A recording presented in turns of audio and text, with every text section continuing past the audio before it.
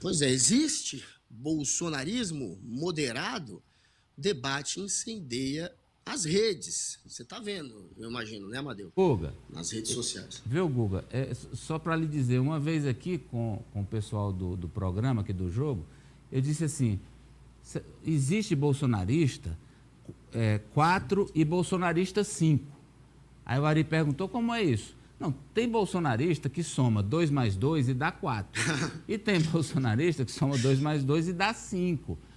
Existe essa diferença ou não existe?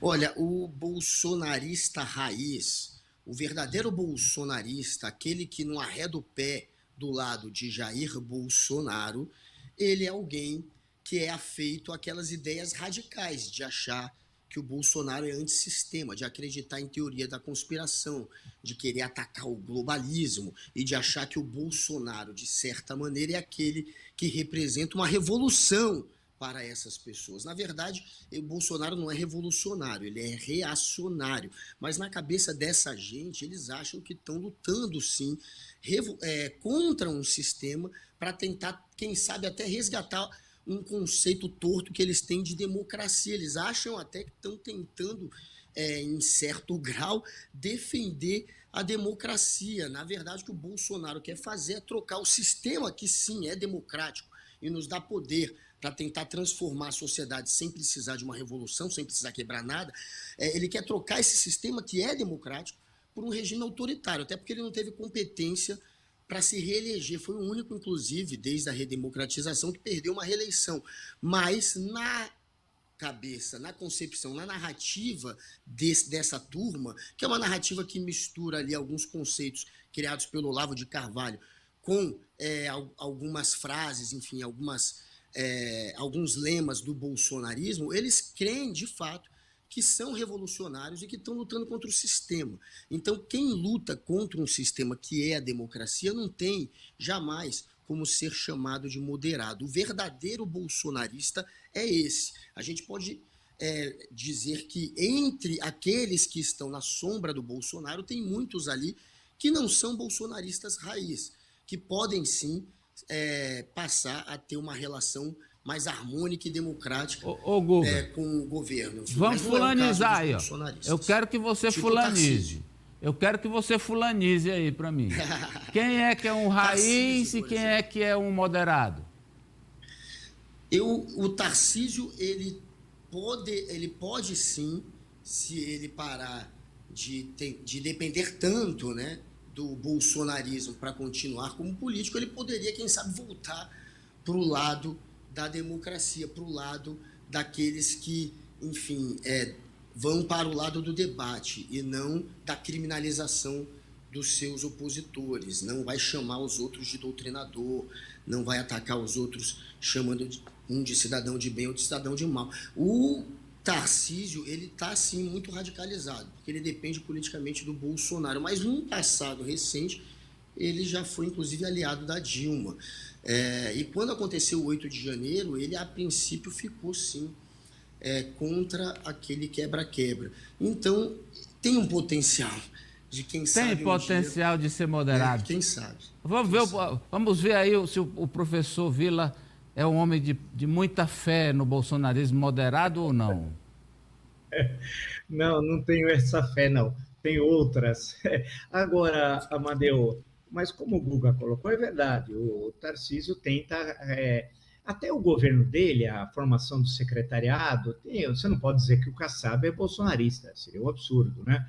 E o Kassab está no ministério do secretariado, melhor dizendo, do Tarcísio, num posto muito importante, inclusive atacado diariamente pelos bolsonaristas, chamado bolsonarista raiz. Tal. Agora, eu não gosto, mas eu sei que nós somos obrigados a falar bolsonarismo, esse ismo, porque o ismo parte do pressuposto, Amadeu, que é um conjunto orgânico de ideias. E uma coisa que não existe no que o Bolsonaro fala é um conjunto orgânico de ideias, porque sequer existem as ideias. Se não tem ideias, não pode ser uma articulação orgânica de um pensamento, porque é um cérebro com poucos neurônios e boa parte não se comunicam entre si.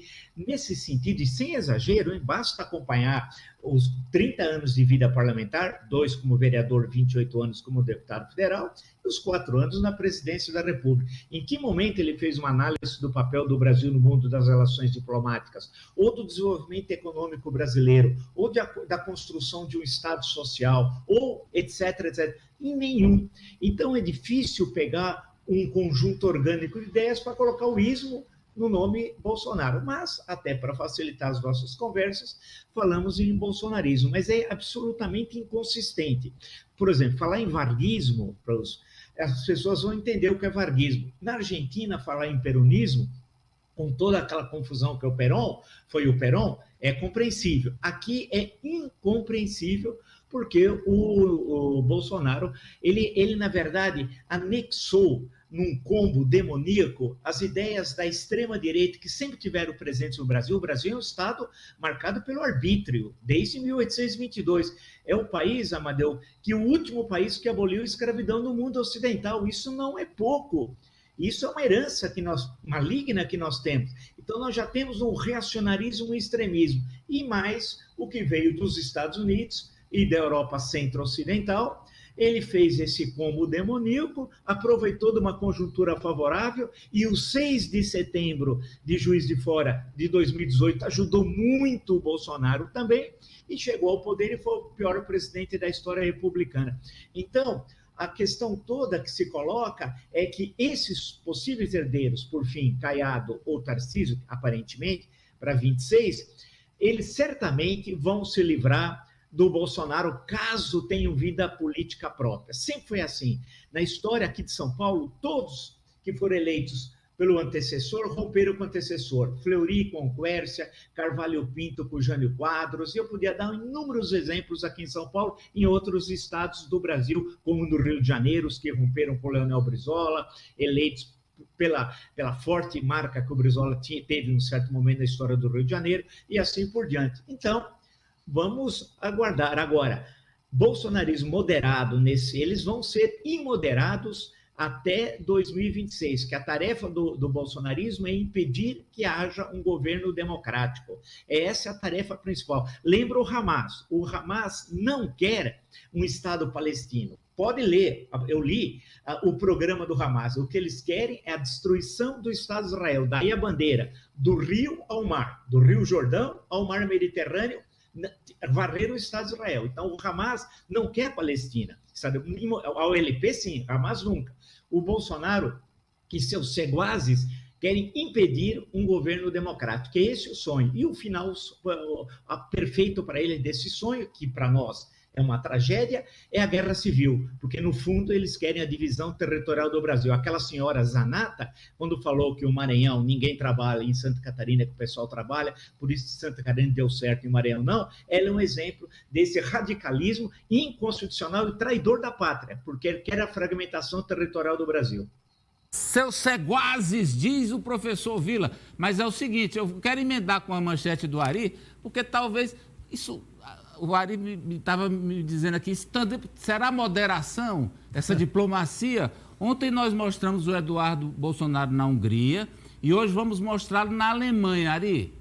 Não por acaso, né?